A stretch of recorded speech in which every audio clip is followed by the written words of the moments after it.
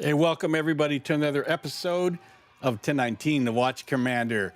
We have a special episode for you tonight, special guest, and we just want you to know this guest is so special.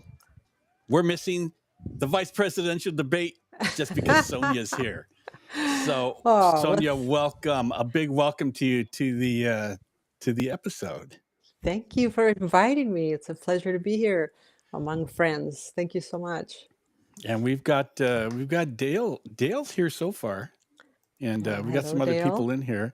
If you're in here, say hello. We want to say hello to you guys and all that. But we've got some exciting stuff coming up tonight. Sonia, you are the star of this episode tonight. Oh, well, thank you so much. But before we get going with that, I'm anticipating, there might be some folks here joining us today that are not, from our law enforcement families. So I just wanted maybe the watch commander to explain a little bit what is 1019 for the folks who aren't familiar with that. Oh, okay. Well, I will say anyone who's here has answered the call to 1019, the watch commander, which in police radio code means report to the watch commander.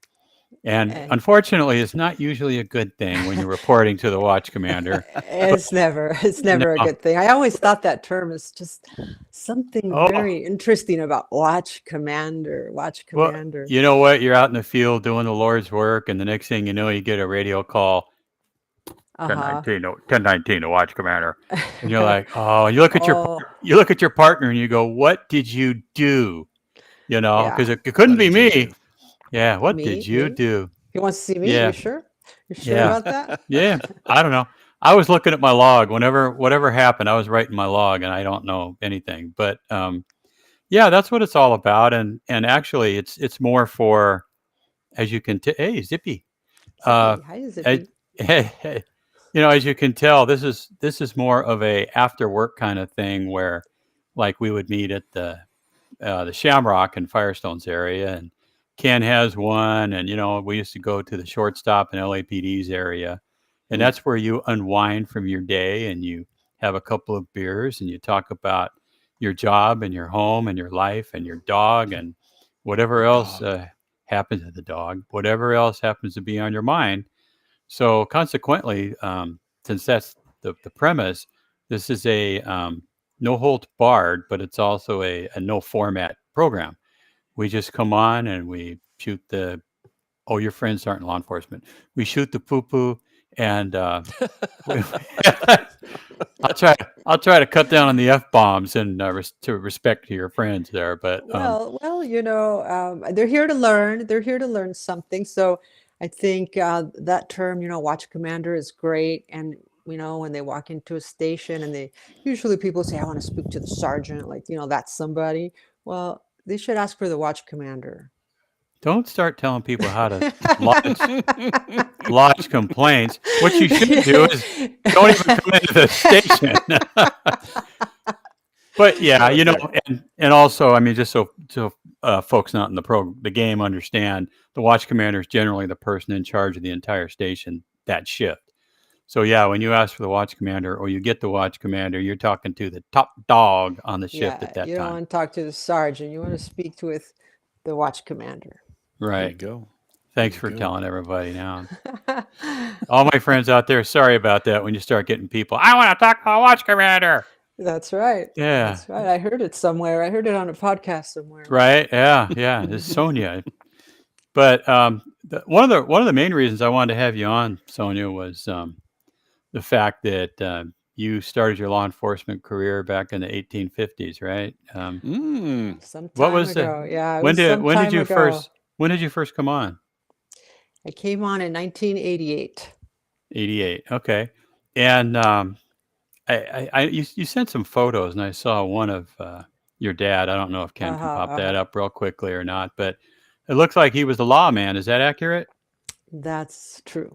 That's true. And It was short-lived, but he had lots of jobs. So that was one of them. That's my grandfather on the left, and my father with the police hat. And I just had such a wonderful time getting raised by a man like him. He's just somebody to look up to. He was a real father, that spent the hours, spent the time inculcating thoughts in my head as a young girl. You have to respect law enforcement. You have to respect your elders. If you want to be respected, you have to give respect.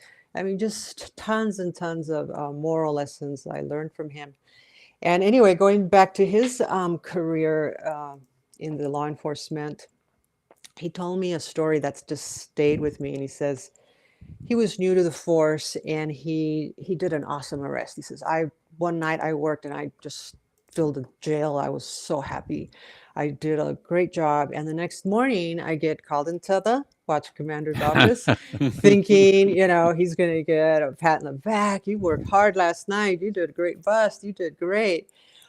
But instead he was told, hey, you know what? You're new here.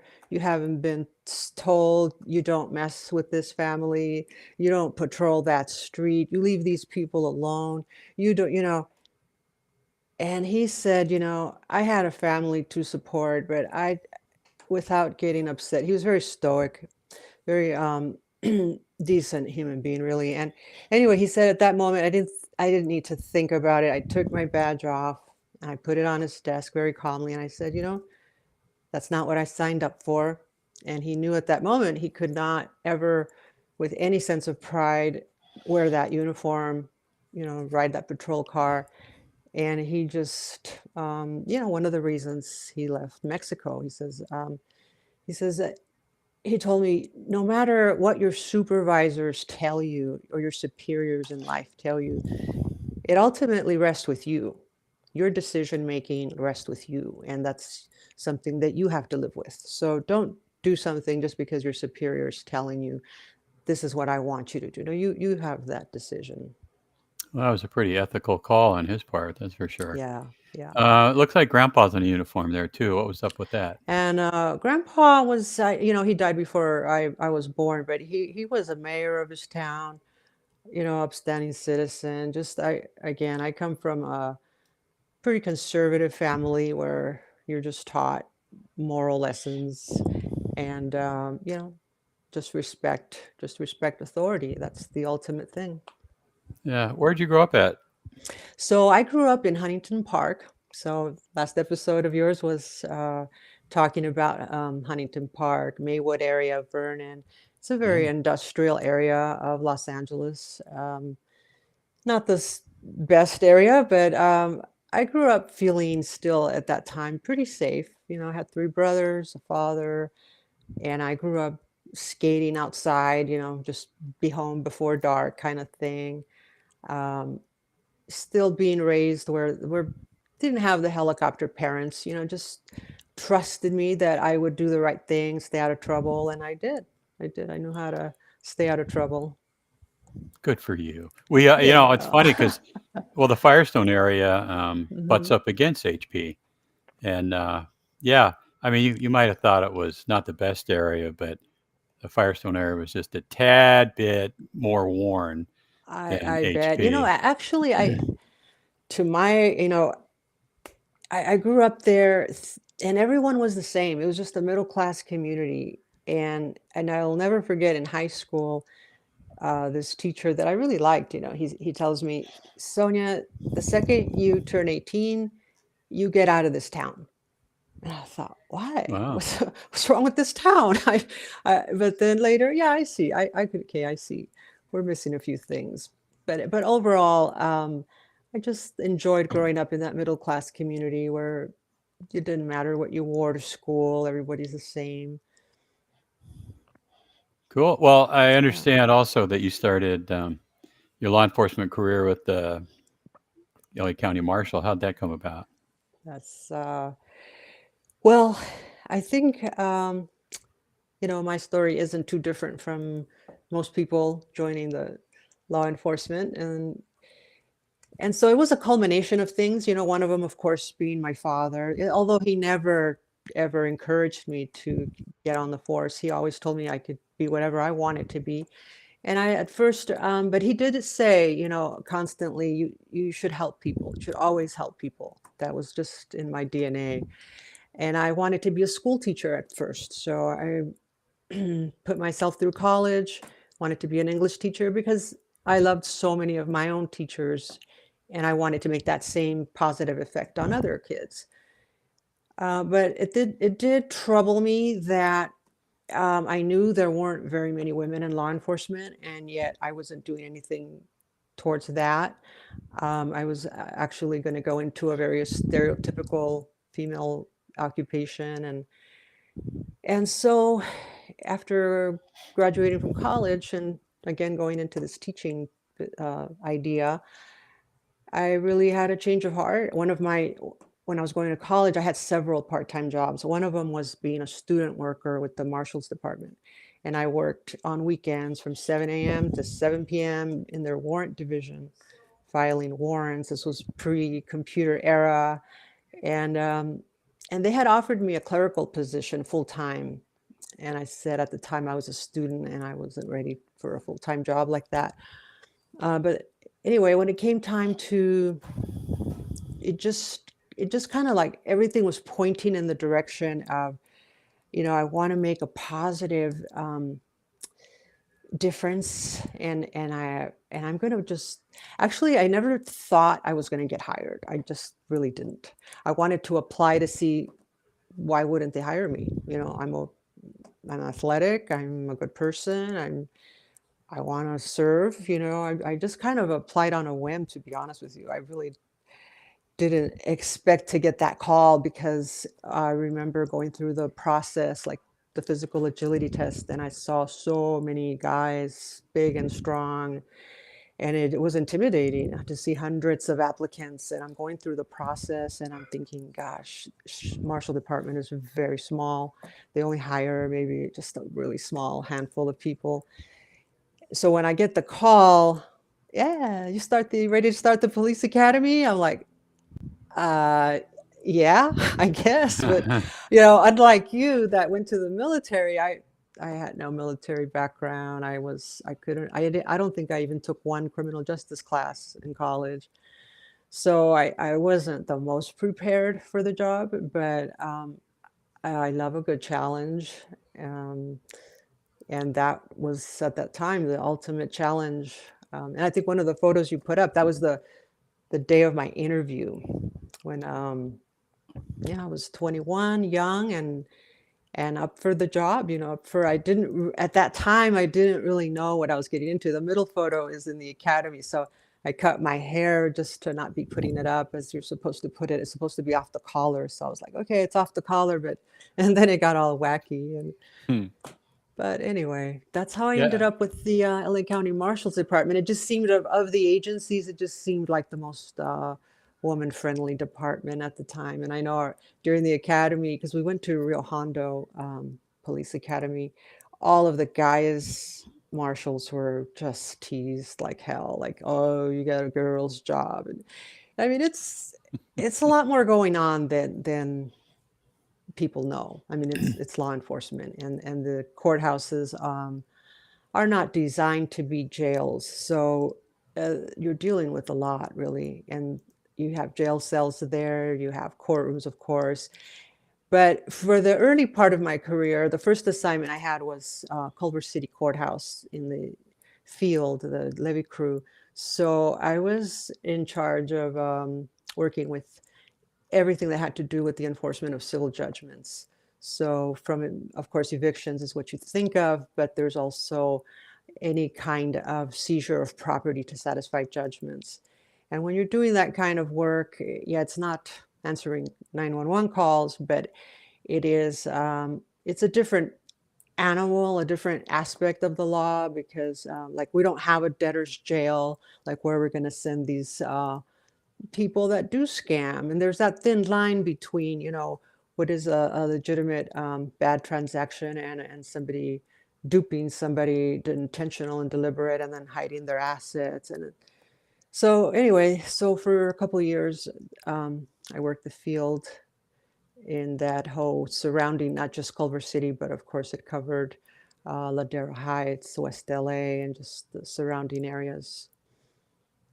Just for our viewers' edification here, Ken has chastised me because he said he could hear me breathing. Oh, that's a good mic. You have a good mic. I'm going to say, I'm sorry that my signs of life seem to annoy you. But I hopefully I pulled it away properly so you can't hear my inhale, exhale. Is that accurate? How about me, Ken? Am I breathing okay? You're good. You're fine. You're fine. I hope everybody can hear me tonight. I want to make sure my mic is up to speed. Yeah. It's too high. It's too high. We can hear you talking. He's always the guy with the biggest mic and the lowest volume. So I'm sure our listeners will chime in and say, if you can't hear Ken, Yeah, just give me a sound check. Let me know if my sound coming in. I can tweak it on the go. Yeah, sounds good. So you, let's see, when did the transition happen? I see one of these photos has you. I see Nora there. When did you guys? You see Miss Nora there, right? That was, So, the merger happened in 94. So that was a couple of years into, and it was a game changer, because, I'm a person that I'm going to go in and I'm going to know my job and do the best job that I could possibly do. So learning civil law, civil code of procedure, and knowing it like the back of my hand so that I could do the best job I could do. The tables just kind of switched because, like, for instance, when I worked the field in a white car in terrible neighborhoods, all of the homies out there knew, hey, she's just doing civil stuff. She's not going to mess with us. They kind of had that respect. They left us alone and we did our job. But after the merger, now we're in a black and white, and now they don't know why we're there. And it just changed the whole thing about that. It was really confusing in some aspects. And so I decided that it was time, and for various reasons, to get out of the field. And I went inside the courthouse. Never did bailiff all the years that I was in court services. But just to back up a little bit about how joining the police force in the 80s, late 80s, because that was not that long ago when you look at history and all, but there were very few women and far between. And when I started working at the counter one day, I was looking through paperwork, organizing, and I came across this old application. And in bold writing on top said, "Women need not apply." I should have kept it because it was stunning to see. But at the moment, my reaction was just, I'm just going to toss this pile of crap in the trash, And then starting when I showed up to work, I mean, they didn't even have a girls' locker room. It was like, okay, you go dress in the closet, I guess, the broom closet or the bathroom or wherever you can find a place to change. And then, early on, I realized I was a little bit jealous of all the camaraderie that the guys have. I could hear the laughter in the locker room. I could hear all the joking. I felt like, you know what, I am never going to be one of the guys. That's just not going to happen. And I get it. So I should then become a supervisor. And I'll supervise them. I can't be one of them in that way, but we can be a team, and I could lead them a little bit. What's the photo that's down on the bottom right? What year was that?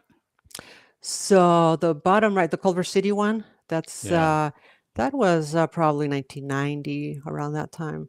Well, if you look at that, there's two women and a group of men. And Mhm, 5 years mhm. later, there's not a male to be seen in that Oh, photo. they're photobombing. You see them in the back? They're photobombing back there. Well, Oh, Yeah. Santa Monica. This is now Santa Monica Courthouse. That's a much bigger courthouse. So we had Oh, tons more deputies, but still, it was unprecedented to see 10 women. And I think there was maybe a few missing because we did have a so large you pool of. purposely did a all women photo? Is Yes. that what Oh, you're saying? yeah. Oh, yeah. No, I've never worked in a place of all female. That would have been interesting. But this was all the females that we gathered there, and it was quite a nice array of ladies. What? Now you left Santa Monica, right? You went somewhere else. Yeah, after Santa Monica, because I did work several courthouses. I worked West LA and Inglewood and Santa Monica, and then my last assignment was at Beverly Hills Courthouse. Yeah, so that was all the West Side, pretty much West Side courthouses. Okay, and I'm just going to skip here. Ultimately, you Ultimately, how do you end up leaving the sheriff's department? How'd that happen? okay, so let's see. The short version, I guess I'll give you the short version. So one day I'm working the courthouse, and this gentleman comes and wants to talk to me. I didn't really inquire where he was from. I assumed he was maybe part of the Superior Court management team or our upper management. Just some man in a suit wants to talk to me, and ask me if I would be interested in bailiffing for Judge Joe Brown. So in my head, I'm just thinking, does Judge Joe Brown have like a awesome case coming up? Where does he work? Is he downtown? I mean, why does he want me? I was just so many question marks going off in my head.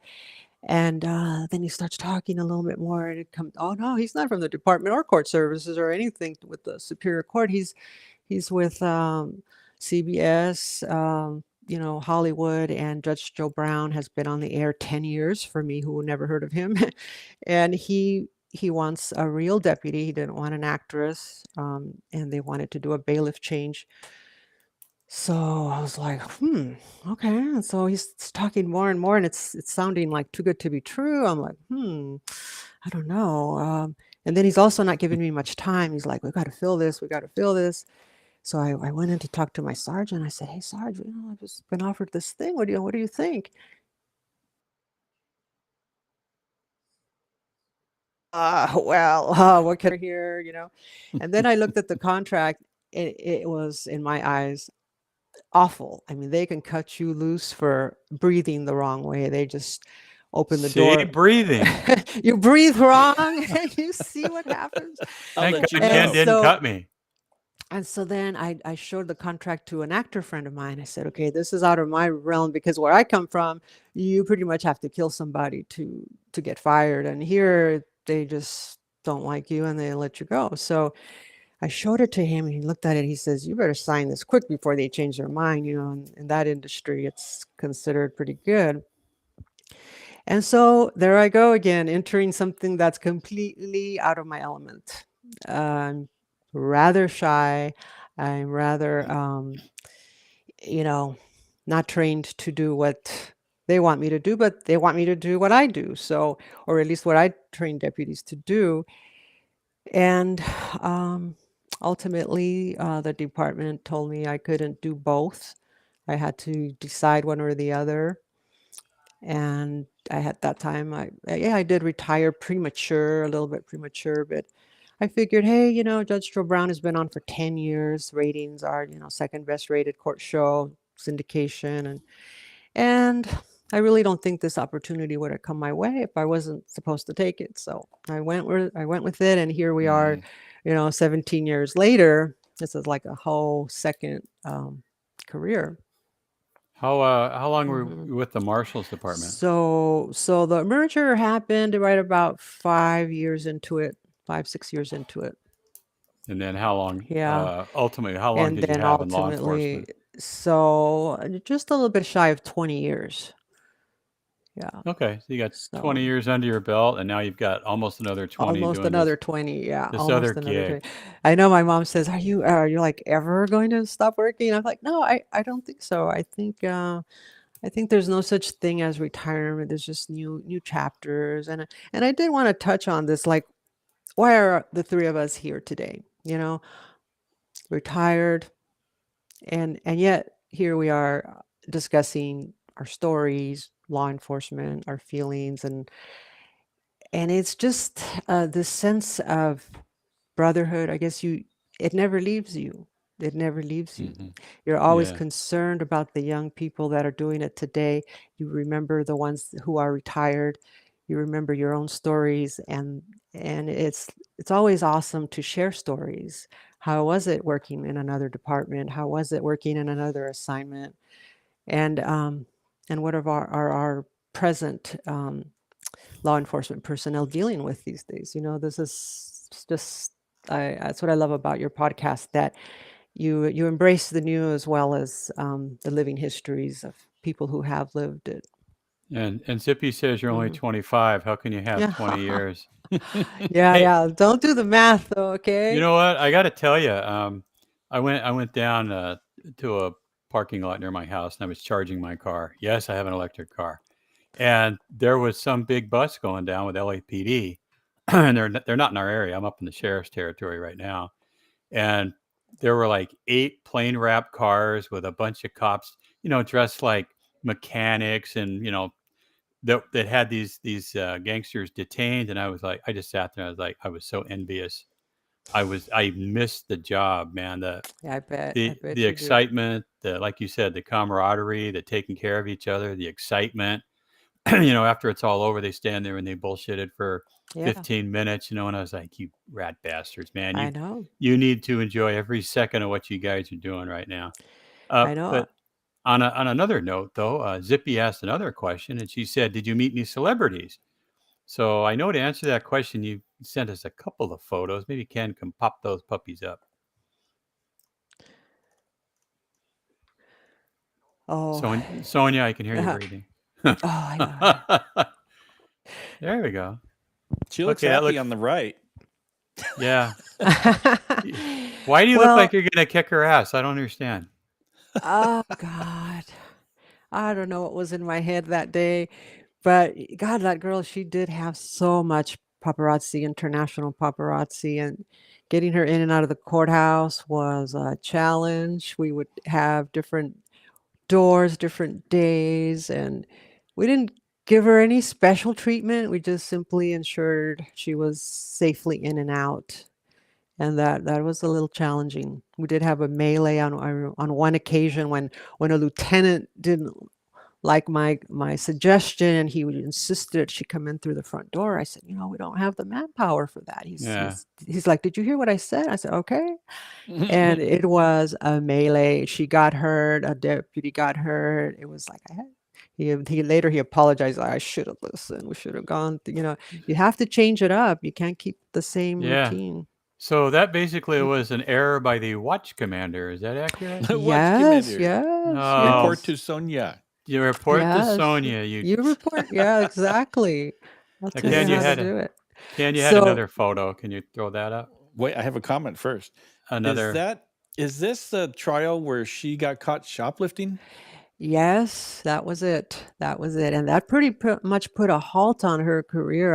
I think until this Beetlejuice, I haven't seen her on anything since Ah, that time.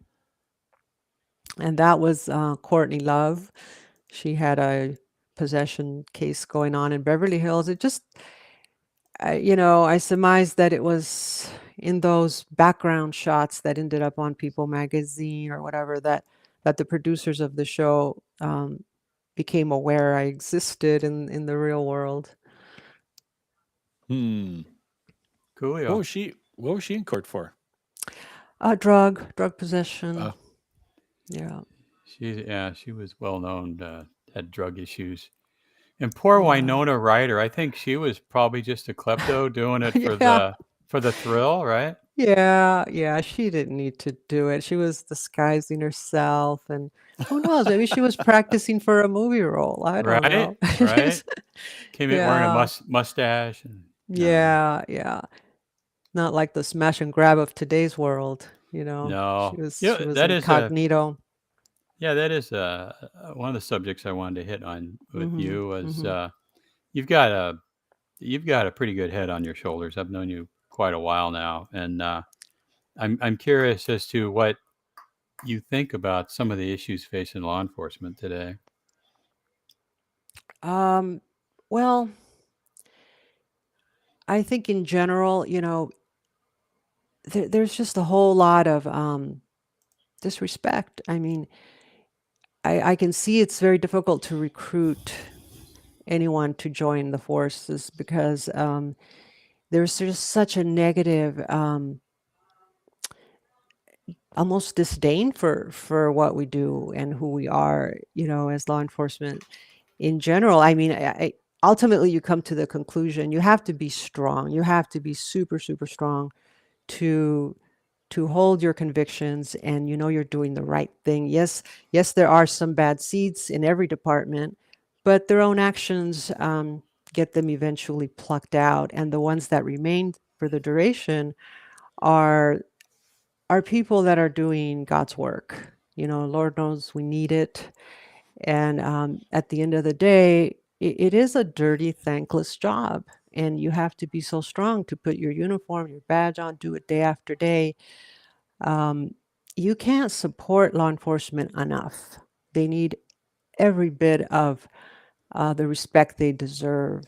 In today's world, I support every organization that I come across that I know offers support for law enforcement, and not just women, but everybody in general. There's so many organizations that do that.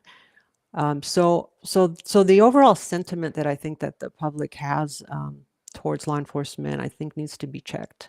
And for people that believe in defunding the police, it's like really when we don't have law and order, we don't have anything. And I'm a person that, I love LA. I love it. A lot of my friends have moved out because of the negativity of it in some areas, but I'm not there yet. I still believe that um, I can help. I can help in many ways, and with our investing in our youth has always been an issue.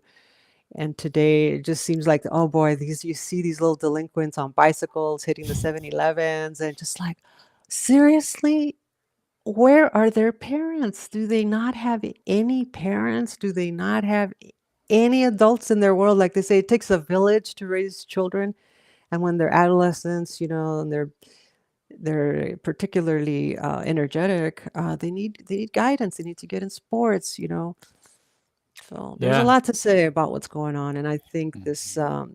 defunding and cutting resources so that officers do not have the equipment they need to do their job, it has to stop. Yeah, well, a lot of them are also, they're damned if they do, and they're damned if they don't, by their own department. We've talked about this a number of times. Somebody can do great, life saving or whatever, and there's crickets chirping from their brass. Yeah. But if they stub their toe and look at somebody wrong, man, that the heat comes down, and it just I can't imagine how long I would have lasted, in my career if I didn't have managers and supervisors and OG deputies who would show me the way, support you, and make sure that I made it home every day.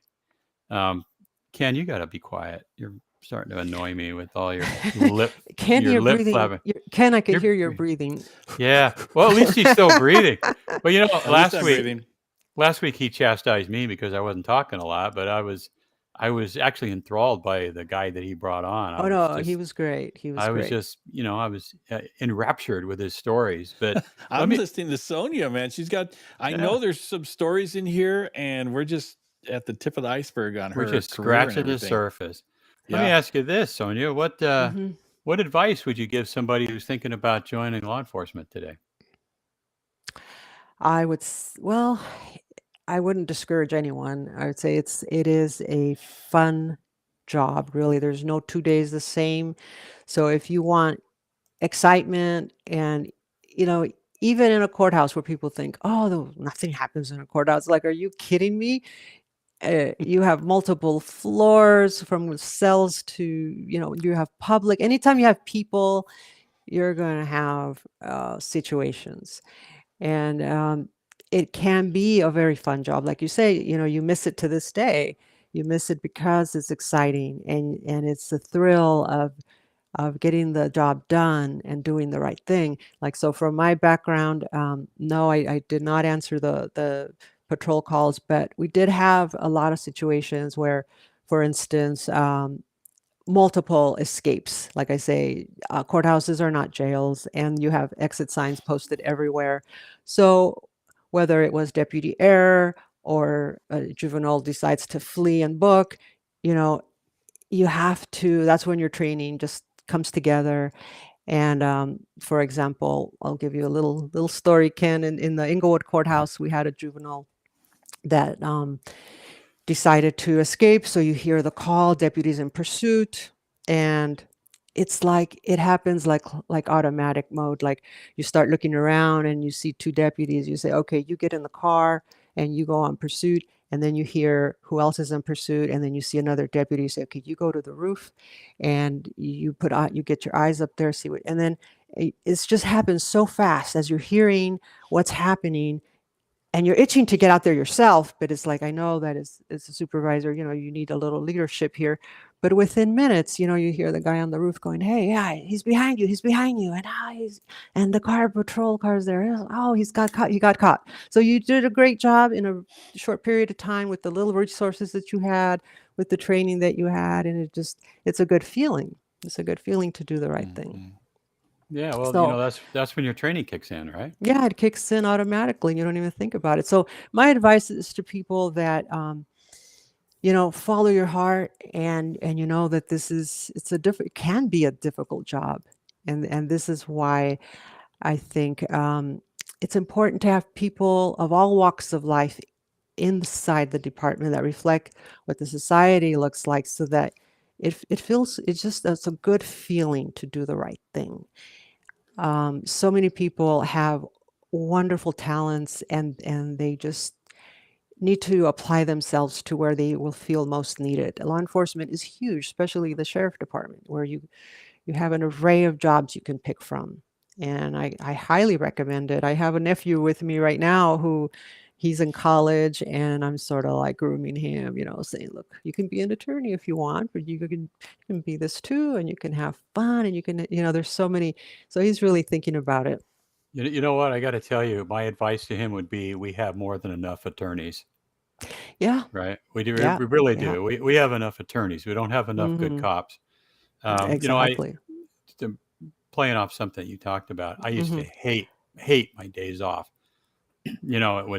I would just sit at home and tap my fingers on the table and get all antsy and wait to be able to go back to work. I hated days off. I would have worked every day if I could. But you know what? Not what these kids are working nowadays. They're working, forced back to back to back doubles. They're exhausted all the time. They're not getting any support from the public or from their supervisors. They're burned out. People are killing themselves just because of the pressures of the job. And I pray for law enforcement every day. It's like, I don't know what's going to happen, but we have to turn around and somebody.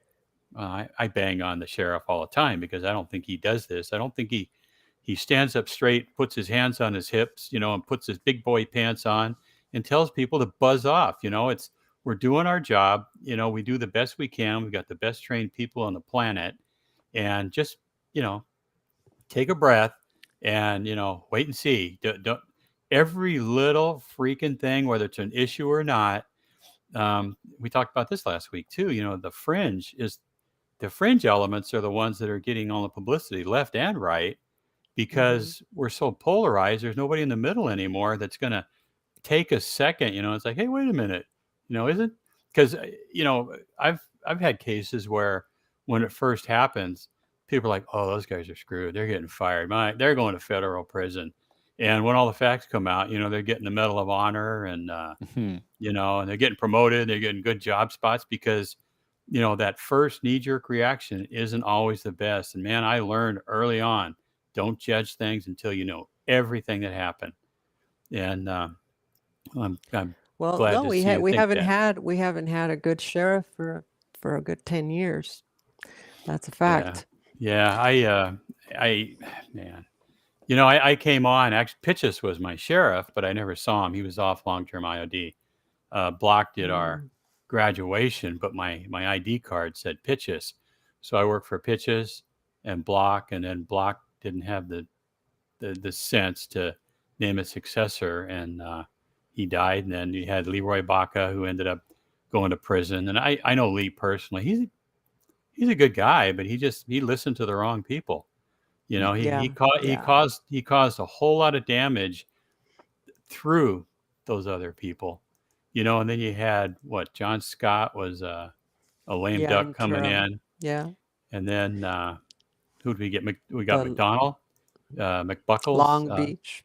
Yeah, he did Yeah. not. He did not. Let me. People Squirrel. absolutely Dale Squirrel. Yeah, I had to read that. It was from Dale, man, and he's always got insightful things to say. No matter Um, what, Dale.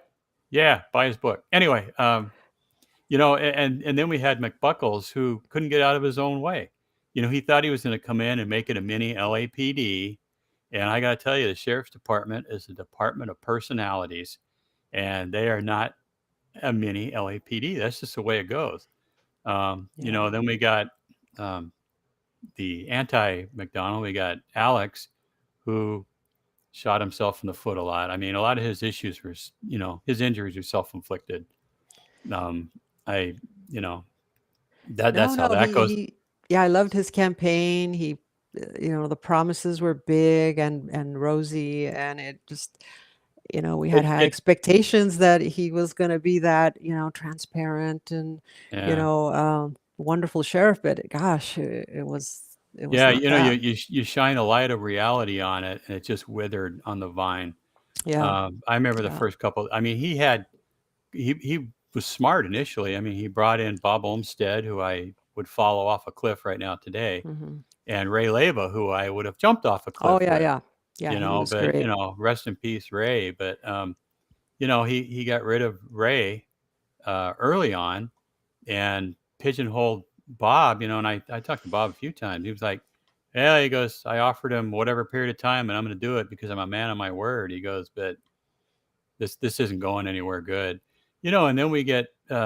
I'm sorry if you're out there, pal. We get the knucklehead sheriff now, who is afraid of his own shadow, who won't make decisions. Decisions that he does make are stupid.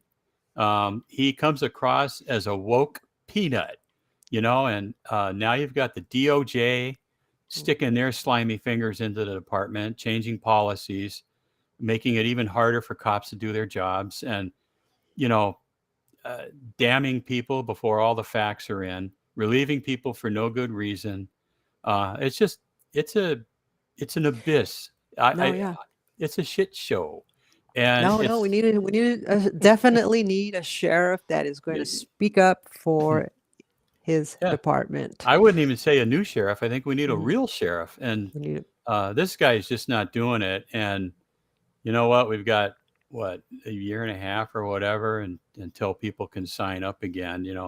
I hope somebody with the brain steps forward and some common sense to help get yeah, him out of this. And I hope it's not too late by then.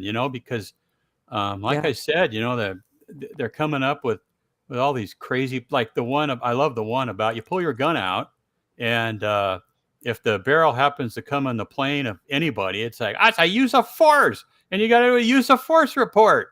I'll tell you, man, when I was down in the Ghetto, I probably pulled my gun out 10, 20 times a night. Because it gives you that second or that half second. If somebody's going to do something scandalous or dangerous or deadly, you've got that second or half second, Exactly. and you don't wave it at them, but you get out of a car and you're the passenger and you take your gun out, and maybe it'll point toward the back of the car where there's a couple, 3 heads in the back seat. Oh, that's 3 uses of force, and they act like it's not going to do anything, but it's going to go into their employee record, electronic record that used to be called PPI. I forget the new name, but some guy working down in one of the hotter stations, or girl, they're going to have 20, 30, 50 of those. And you think that's not going to come into play when they want to transfer somewhere or get promoted? It's just, it's asinine. It's ridiculous. Somebody's got to step up and put their hands on their hips and say no. And this guy is not up to the task. I wish I was, but I am a straight conservative white male. Strike one, strike two, strike three, strike four in LA County. Well, like it you when- have my highest respect. You have my Thank you. highest respect. Well, wait, would I have your vote? Absolutely. Okay. You would I can have always my vote. tell. You I would can have always my tell vote. when Mike is serious because his voice goes high. Hi. His voice gets high. Yeah. That's how you So can tell. Ken, when you were LAPD, did you ever patrol Venice?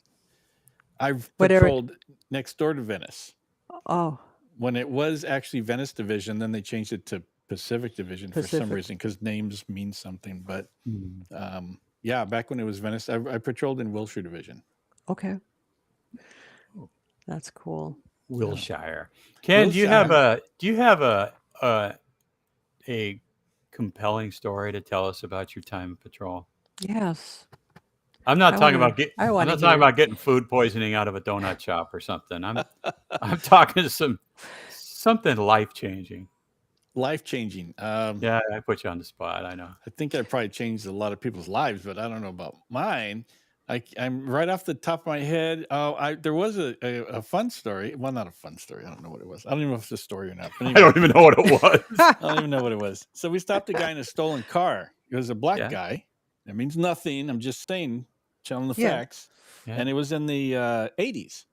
And we got him out of the car, and I asked him his name, and he looked at me in the face, and he said, "My name is Jesse Jackson," and he was the Jesse Jackson. It wasn't. I didn't really arrest him, but he honestly thought he was Jesse Jackson, the guy. Oh, the but he Rainbow wasn't? Coalition. No, he wasn't. So And, he was a faux Jesse Jackson. for a minute, I thought I had stopped the real Jesse Jackson, and turns out no. But anyways, that was just top of my head. I don't know why I thought of that. Cool. I have a lot of stories. I just can't remember them because I'm old. You gotta get me like a couple of weeks ahead of time, otherwise I don't remember stuff. I stopped a kid one time on 92nd and Bellhaven or something. I don't remember the street. He was speeding a little bit. I pulled him over, and young black kid. He was pleasant enough, and I'm kind of like, "Where you going? What are you doing?" And he goes, "Oh, we just came back from recording studio." And I go, "Oh, really? What are you doing?" He goes, "All these songs here," and he showed me one of the cassette tapes, and he was one of the founding members of NWA, and it was one of the songs was "Fuck the Police." Definitely was. Yeah, and I looked at it and I go, that's one of your songs? He goes, "Well, yeah, it sells. I'm sorry." And he was a good kid. I let him go. I think he died later, but yeah, that was. Eazy-E. I don't know. That was All my right. Well, Well, I'll switch what about gears. you? I'll switch gears to an eviction. I bet you guys have never done an eviction. Oh, I would Well, hate I'll that. switch it to I you hate that. watched know. one. I watched one time, but no. Well, I did it for many years, many evictions. But I'll tell you one where I, as a woman, did something that 20 guys couldn't do. Mm. You're ready for this, huh? Well, All right, I'll tell you. So we're doing evictions, and this call goes out that a levee crew nearby needs assistance. So that's pretty rare. Who needs Yeah. assistance doing evictions, unless it's a barricaded suspect or who knows. But so we're rolling to that, and in my mind, I'm thinking, well, what could possibly be? I can't wait to see why do they need backup. This is exciting.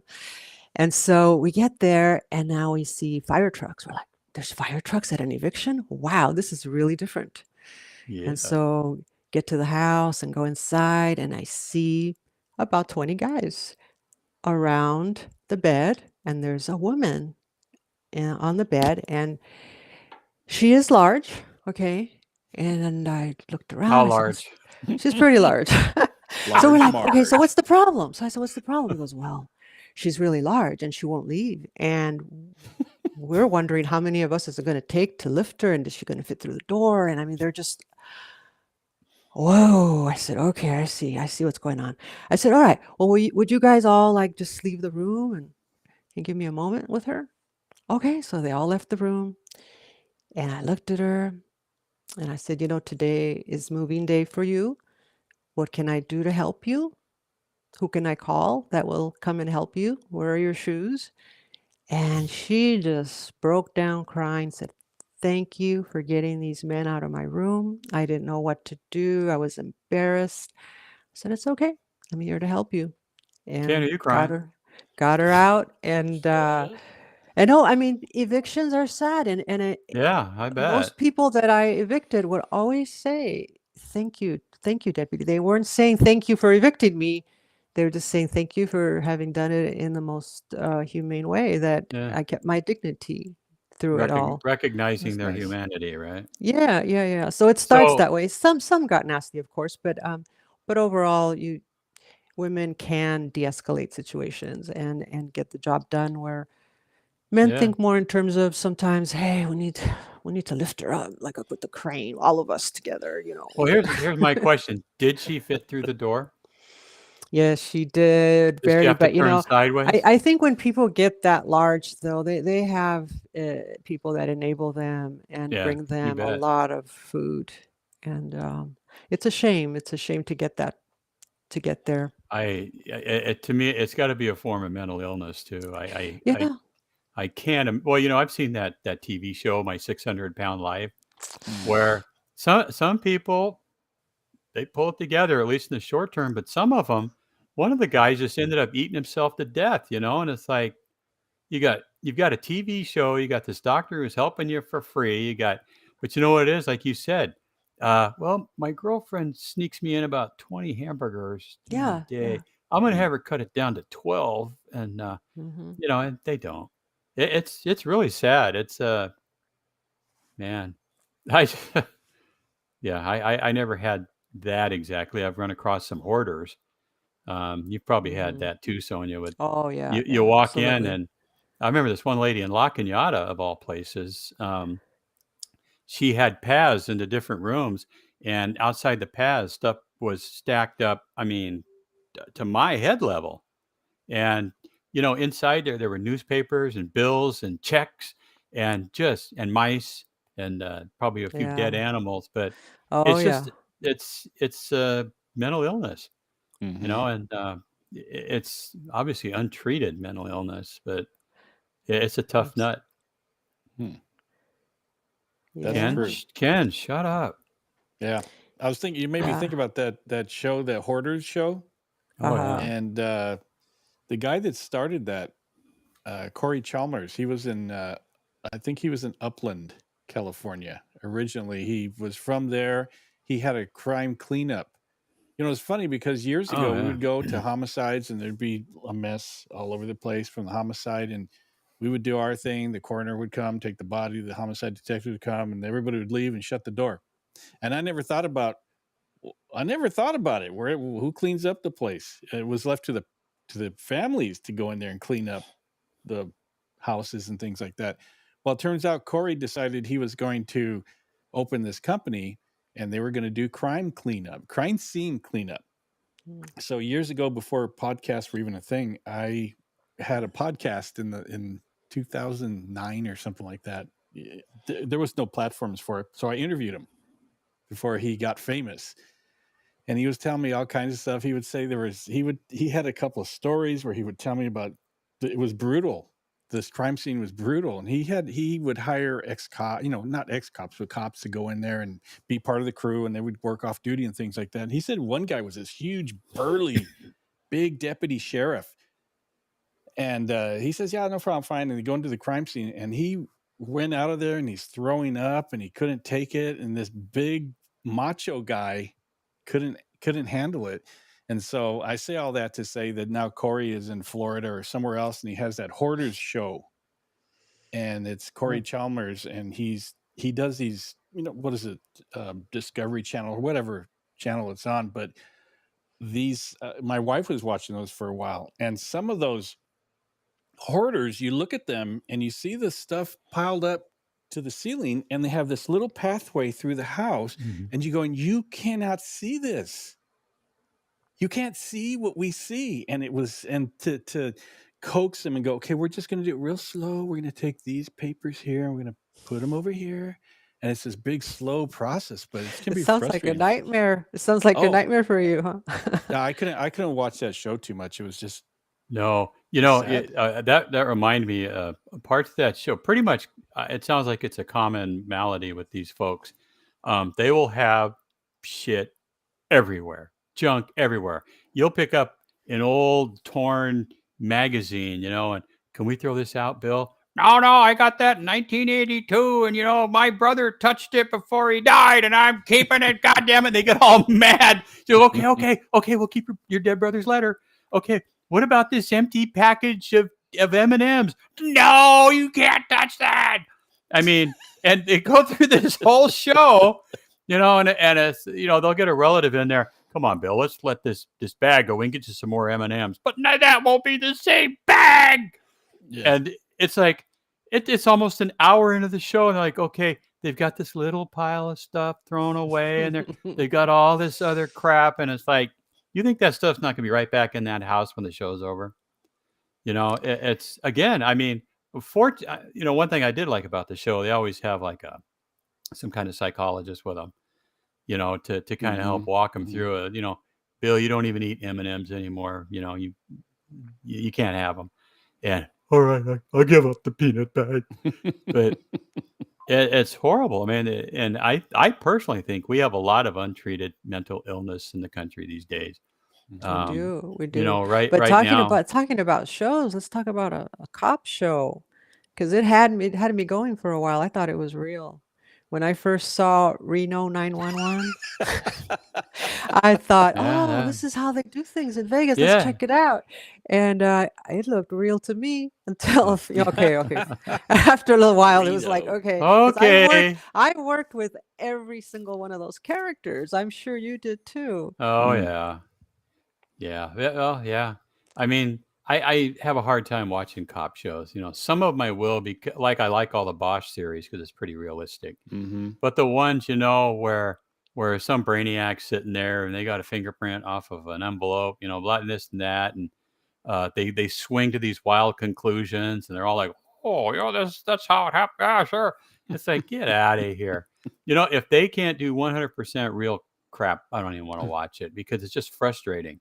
And I'll be sitting there, and I ask my wife, I'll be like, that's bullshit. That doesn't happen that way. They got to do this. They got to do that. They got to have a warrant for that. They can't be doing that. Put that back.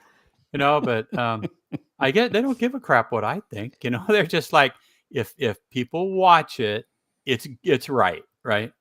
People watch a show, it's got to be right. Do you know some of the backstory about Bosch? No. What do you mean? I've been reading all the books, so I know some of the backstory. But the Bosch show? No. So have you ever seen it? Sonia, have you seen it? Bosch? No, not me. No. It's a pretty good show. It's a pretty good show. You recommend it's on Amazon. So anyways, I'm watching this show. Huh? I'll check it out. Yeah. It's pretty good. And so it's LAPD detective, homicide detectives. And they're going through the squad room on the show, and I'm going, man, that is so realistic. That's exactly what a detective office looks like on LAPD. Turns out that was the real Hollywood detective offices that they were filming in. And what happened, the detectives would clear out after a day's of work, and the film crew would come in and film inside there. That's bitching. And it was just so realistic. I'm going, man, they made this soundstage just it's like the credenza is like the same metal desk. Because I've been to Hollywood Station before, and I've looked around there, but I was just amazed at how realistic this is.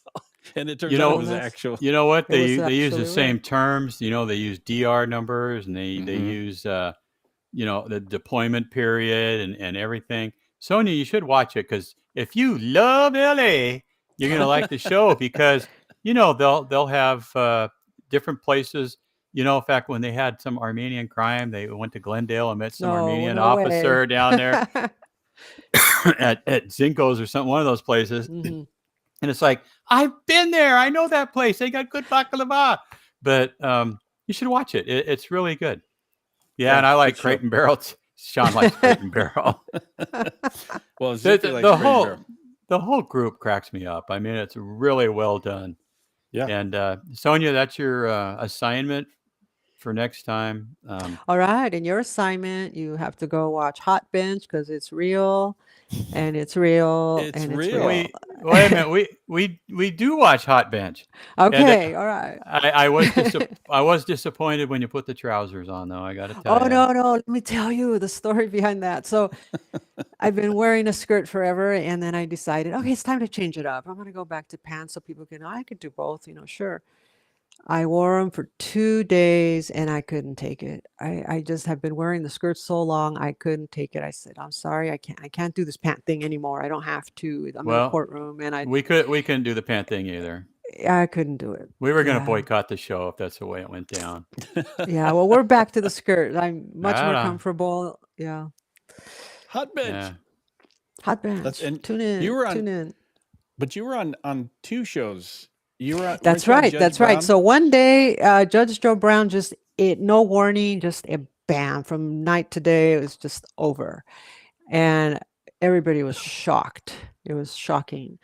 Because like I said, it had the best, second best rated court show. And that was the first time in my life I was unemployed.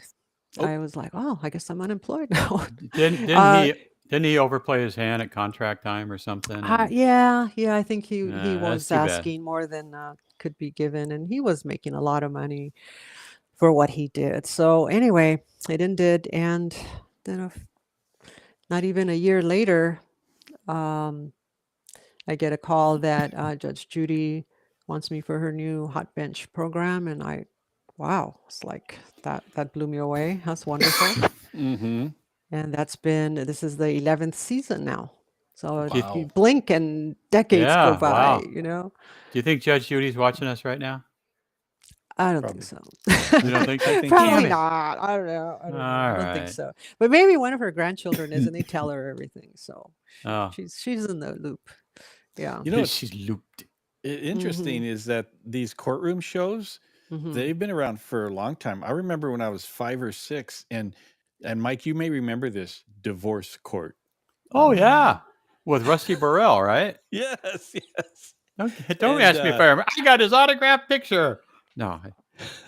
So these shows have been around for a long time. Yeah. In fact, I think Divorce Court came People's Court. And there's I like that redheaded judge that's on there. She's kind of snotty. Milan. I don't know. That's not, but don't get me wrong. I like Hot Bench too, Yeah, let's but, not talk about my competition. Let's just right. Hot Hot Bench. Bench. Let's My- say Well, Hot Bench. Where is Hot Bench rated these days? Where is it rated? I think, Yeah. well, you know what? With Judy Justice going to Amazon streaming, and we're probably the last show left that's on mainstream television. I Oh, mean, there's no really? more Judge Mathis, no more Judge Alex, no one. I think we're the last one standing. Well, what about my redheaded judge? Isn't she still on? She's gone. Everybody's gone. Yeah. Oh, So you have to watch me. Oh my God! You've just So is- destroyed this boy. All right. Is Judge Judy, is this her production company? Yes, she came up with this concept, and Wow. so I don't know how it all works because there's so many production companies behind it, with CBS, but I know it was her idea, and she developed another show called Tribunal that's also Amazon Prime, and it's this 3-judge concept where they deliberate and majority rules. You think she might end up putting this show on streaming as well and leave regular TV? No, I haven't heard any talk like that. I think this show's doing well on CBS, but we'll see. Yeah. We'll see. Well, I knock on wood for you. Knock on wood. Knock on wood. Exactly. That's a good long time to be for 2 shows. You've been doing this for how many years? 17. 17. 17. I know it's a You lot, huh? you are the bailiff to the stars. That's Right. right. That's Hey, right. is that a sheriff's uniform and a sheriff's badge? It's my retired badge. Yeah. Yeah. Now I had Hmm. to I when I started working, of course I felt stripped because I couldn't wear patches or stripes or anything. I mean, at least they should have like a Viacom, CBS. At the time there were other court shows, but I got used to it. No patches. I think LAPD doesn't have patches, right? Mm-mm. They're Well, clean. And some of them do. as you can see, Ken, I'm wearing the LAPD Sally Brown because it's Sally Brown. smooth. Mm-hmm. Because I always admired that clean look of LAPD. I thought that's pretty cool. That's pretty So cool. Yeah, I had a chance to make up my own uniform. and the sheriffs and the marshals used basket weave. Yes, we used the basket Yeah. weave. Well, there a lot of kids are going to that. What's that tech wear? Oh, You know, the nylon one. help me out. Yeah, with Oh, that. like Velcro stuff. Yeah, I'm not a big fan of that look. I mean, my thing was a L- lot of them look like Southgate PD. They look like dog catchers, and Very that's just tactical. Yeah. Yeah, second choice would be basket weave. Basket weave. yeah. I mean, I understand the stuff they're wearing today is a lot more comfortable, but when I came on, they said they want you to wear that wool uniform, Class A with the stretchy wool pants, and because they don't want you being comfortable sitting in the car, they want you out and about. That was the excuse they used for us. And like I said, even when it rained, I didn't like Class B uniforms because they look really. Thank you, Kevin. Web gear. Web gear, Um, yeah. I, I I didn't like wearing Class Bs because I felt like I looked like a dog catcher, and I Mm. wanted to look like an LA County deputy sheriff. Hmm. So that's just this old guy talking, the one who misses the job. Back in my Yeah, yeah, day. yeah. Well, now they don't have an age limit. I'll never forget the day when they did, and one of my coworkers was 60. He had to retire, and this man was nowhere near ready to retire. He was Hmm. in better shape than most young guys. Yeah. Worked out every day, great shape, and he was devastated. And I Well, was very remember we? sad for him because he should have Yeah. stayed. Well, we were at 55 forever, and then it went to 60, and then I have to cough. Hold on a second. And then they ended up with what's called the Waldy rule, because Larry Waldy challenged that and won. So Mm. after 60, all you had to do was get a doctor's note saying that you were capable of still doing your job. But I went down, I filled out the paperwork. When I turned 60, both my knees and my feet gave out, and I was into that. But if that What were hadn't you been, I'd thinking? I'd still be grumping around out there, driving a What's wrong car. with you? Freeze, punk! But not anymore. And no, think we've seen our day, Mike. It's leave it to the young kids. Police work is a young person's. I It know, but you know is. what? Our brains It are is. still active. We can still think shit through, right? There is a brain drain involved in that. I know I couldn't chase somebody anymore like I used to when I was a gazelle, a Oh fleet-footed yes, you gazelle. can, Mike. You Yeah, can. You can do it. yeah. If I was driving a car and chasing them, Yeah. No, we'll keep you as the watch commander, Ten okay? well, We'll that's nineteen. keep you basically that's inside. Yeah. That's what I'm doing. I'm inside. I'm stuck in here. I'm unhappy being a watch commander because I'm not out there with the kids mixing it up. But at least people have to still come see me when I tell them to. Is that That's right. that's your Wizard of Oz background, right? Yeah, those are flying monkeys over my head. That's right. Because you know I, what? That's the state of the nation right now, and I figured why not show the what's going on in politics right now and what's the best thing to do? Flying monkeys. I thought you were drinking at the Sleepy Lagoon or something. It just looks very like Mike's Yeah. Mike's Well, having a sad. well, I was using, I used a shortstop picture for quite a while, Yeah. but it's just so dreary now and beat up. The poor building, man. It's just, it's a shadow of its old self. I You know what remember I so many might times. what I might do next week is I may be at Frank Sinatra's house in mid-century modern and have a little martini or something in the background. I think I might do Oh, that. that'd be cool. You know what we ought to do? We ought to go on location one time Yeah. and legitimately film inside of a bar somewhere. Get into a bar fight, maybe, and have to call the cops, and maybe get in a pursuit. That'd be great. And if we bring Sonia, she'll talk everybody out of the bar, and then there will be Right, no right. male violence. No No male male violence. violence. No male They'll, No male they'll say, violence. get that fat guy Mike out of here. We don't think you'll fit through the door. Oh, Oh, okay. I'll I'll go with you, tell you. Sonia. I'll Yeah. tell you a funny story to leave off with. Let's see. I was driving myself to a gathering in my little dress, high heels, dressed up, and I see a little fight breaking out. A little guys duking it out on the street. Hmm. Without thinking twice, pulled over, ran up to them. Hey, knock it off! And they looked at me and they went their separate ways. Oh Wait, my! is this off See? duty or in uniform? No, I was in high heels and my dress. She was going out. And when they looked at me, I just thought for a second, oh darn, how's this gonna go? It That's can pretty go funny. well, it can go awful. What am I doing? But see, that's what happens when you want to do the right thing. You don't think about it too deeply, you just do Mm-mm. it. And Kicks in.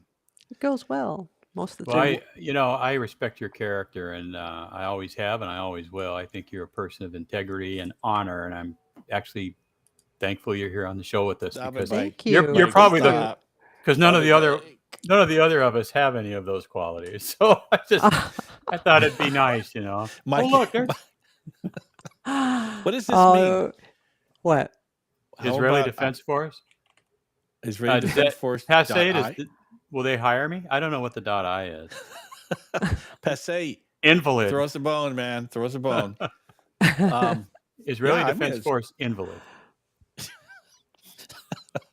I didn't think of that. Yeah, this is a great time. Sonia, you're going to come back, right?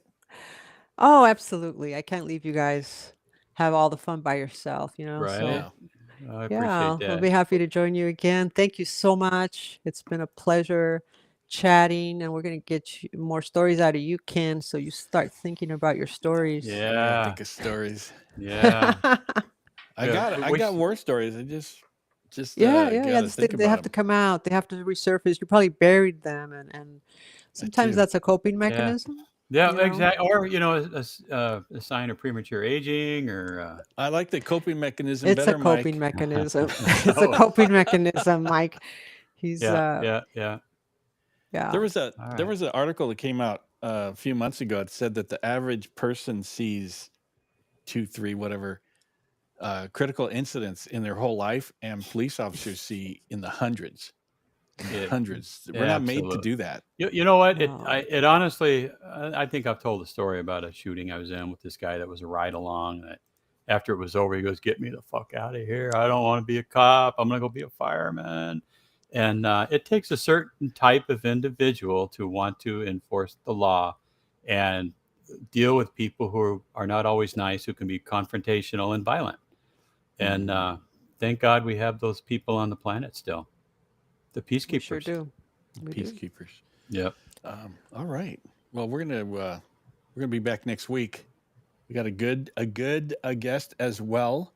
When Mike told me Sonia was going to be here, I just like, it's Hercules, and it was just the most awesome thing ever. So we have to have Sonia. You have to come back sooner than later, and we'll talk Absolutely. about war stories. Mike, you need to have some war stories.